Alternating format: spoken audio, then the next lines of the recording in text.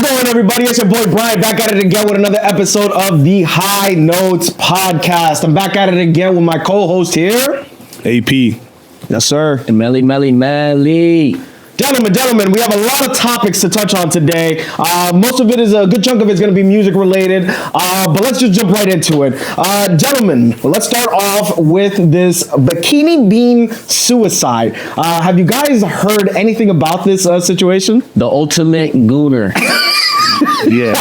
At first, I'm not gonna lie to you. At first, I thought that was a skit because I was like, I saw it, and then I was like, oh, this guy's face is funny, and then he driving off. But then I'm like, in my brain, I'm like, why is she already recording? Like, that's why I thought it was fake when I first saw the video. But nah, this nigga actually did that. I was saying, like, he was doing the D, right? I'm pretty sure he was doing the D. He was whacking his shit, yes.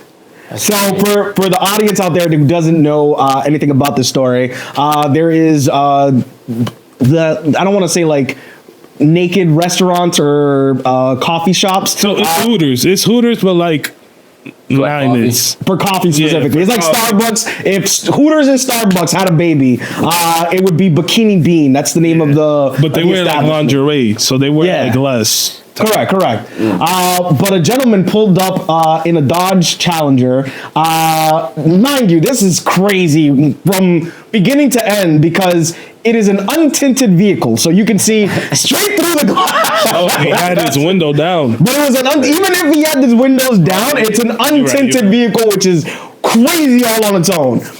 He pulled up, and the girl that was serving behind the counter automatically walked out of the establishment and started recording right off the bat, as if this is not the first time that she's caught him doing this. I'm saying, I think like the craziest thing about it is that the dude had a whole family too. Like, so I don't know if you've seen that. I did see this. So apparently, after the fact, the news came out that this gentleman, after he committed suicide, we learned that he actually had a whole wife and kid. So yeah, would you guys, given the situation, go to this extreme? How do you think you would handle something like this? Your face is all over the internet as being a sexual deviant. What do you guys think? I'm still like perplexed because I guess I'm the only one that thought that was a skit the first time they saw it. Like I thought that shit was fake. Like it was a skit. Most people would think that at first when you see shit like that on the internet. But now it's like, yo, that's funny. Next thing I see is this guy committed suicide. Like that's fucking crazy.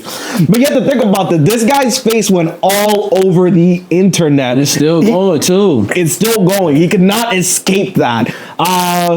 He was gonna lose his job. He was definitely gonna lose his marriage. There's no way. She had to be 10 toes down. His kid too. He's probably gonna lose his kid. He's gonna lose everything. Yeah, that's a life-ending decision right there. But it's crazy. Like I had to think about it too. Like if he has like the thought of like, damn, like my life is all messed up now. Like I can't do nothing. I'm gonna just off myself. So why would you do that? Like, why do it in the first place? Yeah, like why do you have the mindset? If you have the mindset where it's like you know that it's bad, like why would you do that in the first place? See, but the thing on that is that I would ask them the question: why do pedophiles do shit like the shit they do? Even if they know they can get caught. You can't predict people. I've worked with enough people to know that you never know what the fuck they're thinking. You can pretend that you do. You can think that you're going to assume that that you have the same mentality as them, but no, you cannot predict people. But yeah, in that situation, personally, I think he did the best thing possible. I'm just gonna say it. That guy literally, there's no turning your life around because he was gonna have a court date eventually. Yeah. That's a registered sex offender for life. Yeah.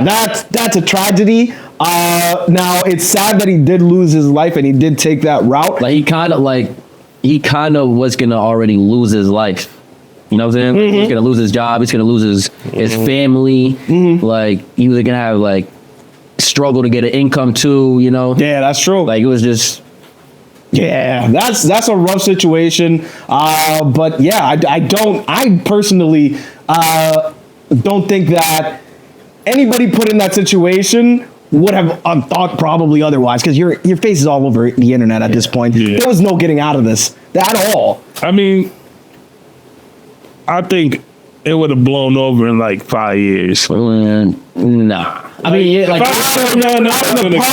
of the public, Yeah. like yes, but not on your like your background and shit like that. Probably like in 3 years in the public view. Nobody's gonna give a fuck about that. Yeah. This week. On that aspect of it, yeah. Yeah, on that aspect, yeah, on that side of things. Yeah.